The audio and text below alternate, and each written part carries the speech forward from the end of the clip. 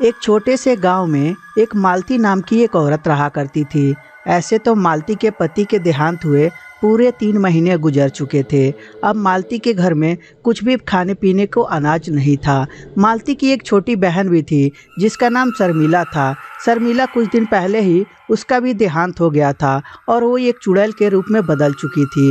वो मालती के घर के सामने एक पेड़ पे झूले पे रहती थी, परंतु ये बात किसी को भी पता नहीं था। एक दिन मालती के घर एक व्यक्ति आता है और आकर बोलता है, और मालती जी कैसी हैं आप? मैं तो ठीक हूँ, लेकिन आप कौन हैं? मैं आपको पहचान नहीं रही हूँ। मालती जी, मैं आपके पति का दोस्त हूँ और कुछ समय पहले ही मैं शहर में गया था, लेकिन आने के बाद पता चला कि मेरा दोस्त अब इस दुनिया में नहीं रहा। मुझे बहुत ही बुरा लगा। अब होनी को कौन टाल सकता है। ये बात तो है मालती जी।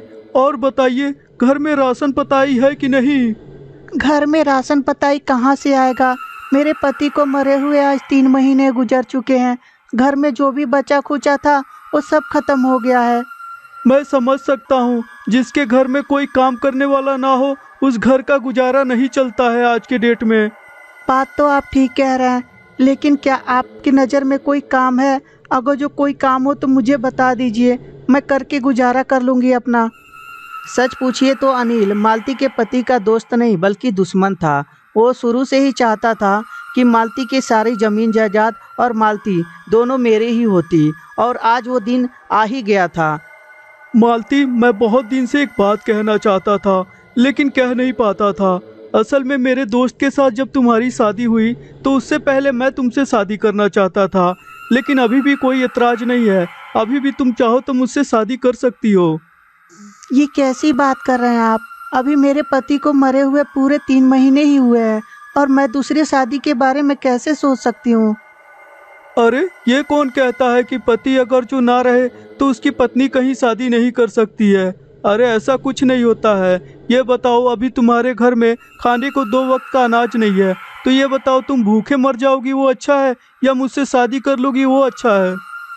मालती इतना तो समझ जाती है कि ये व्यक्ति जो है ये मेरे ज़मीन जायदाद और मुझे हड़पने के लिए आया है, वरना मदद ही करना होता तो ये मदद पहले करता, लेकिन ऐसा कुछ नहीं कर रहा है। तभी मालती बोलती है, देखिए, मुझे ये रिश्ता मंजूर नहीं है, आप जा सकते हैं यहाँ से।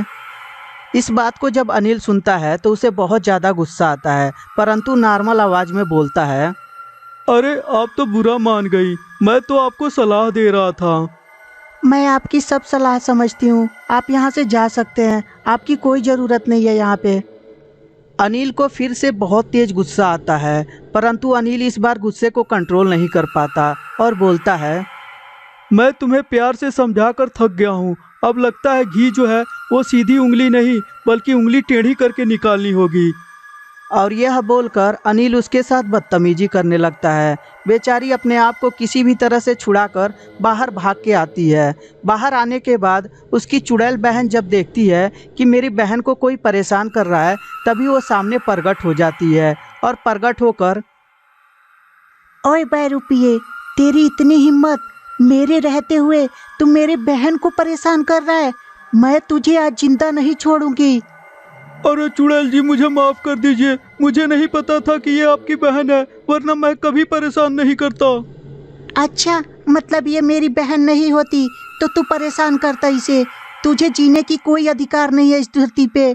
अभी मैं तुझे खाऊंगी चबा चबा के। और यह बोलकर चुड़ैल उसे जान से मार देती है और अपनी बहन के पास जाकर बोलती है, बहन, तुम बिल्कुल घबराना मत, तुम अकेली नहीं हो।